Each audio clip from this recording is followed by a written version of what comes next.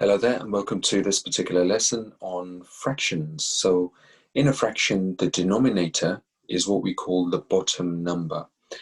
And this shows how many parts an amount is divided into.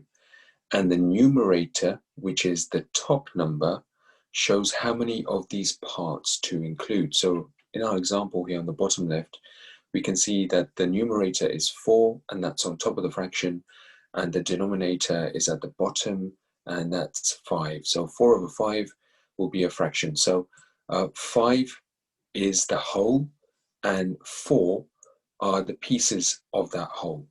So equivalent fractions are worth the same. So for example, if you look on the left-hand side, on the right-hand side here, 4 over 5 can also equate to 12 over 15.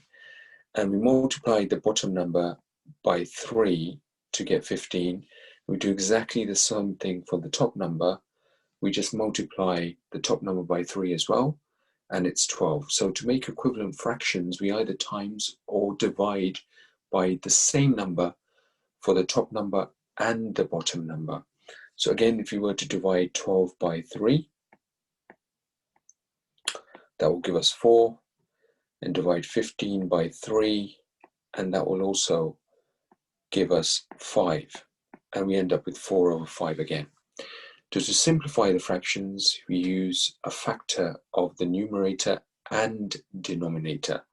So with 12 over 15, we just divide by one factor, which is 3. And remember, factors are smaller numbers that can divide into bigger numbers. So 12 divided by 3 equals 4, and 15 divided by 3 equals 5. So these particular questions on this topic are a combination of simplification and equivalent fractions. Have a go at the rest of the questions and good luck with these. Thank you.